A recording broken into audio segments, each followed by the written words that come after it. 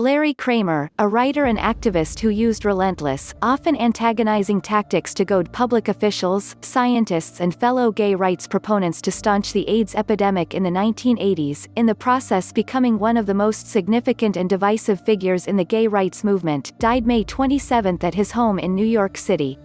He was 84. The cause was pneumonia, said an official with Gay Men's Health Crisis, which Mr. Kramer co-founded. Mr. Kramer, an Oscar-nominated screenwriter, was a firebrand and a versatile writer whose autobiographical plays, The Normal Heart and The Destiny of Me, were among the first artistic productions to focus directly on the AIDS crisis and put it in the public eye. In 1982, when AIDS was beginning to devastate gay communities from New York to San Francisco, Mr. Kramer co-founded Gay Men's Health Crisis, the first organization to offer support and advocacy for AIDS patients. The goal of his New York-based group was to raise public awareness of a medical scourge that, at the time, seemed to attack gay men in disproportionate numbers. From the beginning, Mr. Kramer's brand of advocacy was neither muted nor polite. He was full of rage and wanted people to know it. "Sure, I have a temper, who doesn't?"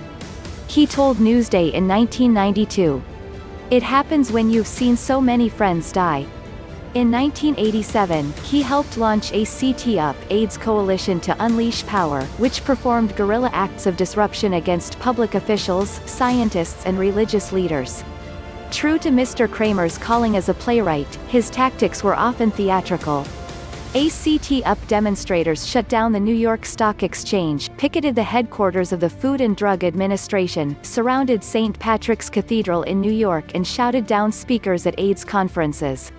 In 1991, protesters charged into the studio of the CBS Evening News, interrupting a broadcast by anchor Dan Rather. They also interrupted a MacNeil, Lehrer News Hour program. That same year, demonstrators covered the Arlington, Virginia, house of ultraconservative Senator Jesse Helms, RNC, in a giant yellow condom. During a 1990 speech, protesters threw condoms at Health and Human Services Secretary Louis W. Sullivan, and they once attempted to pour the ashes of an AIDS victim on the White House lawn. "We're not here to make friends, we're here to raise the issues," Mr. Kramer told Time magazine in 1990. "We are an activist organization, and activism is fueled by anger, so people should not be surprised when that anger erupts in ways that not everyone approves of."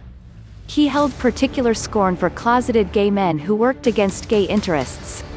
At a Washington fundraiser in 1985, he reportedly tossed a glass of water in the face of Terry Dolan, a founder of the National Conservative Political Action Committee, which actively opposed gay rights.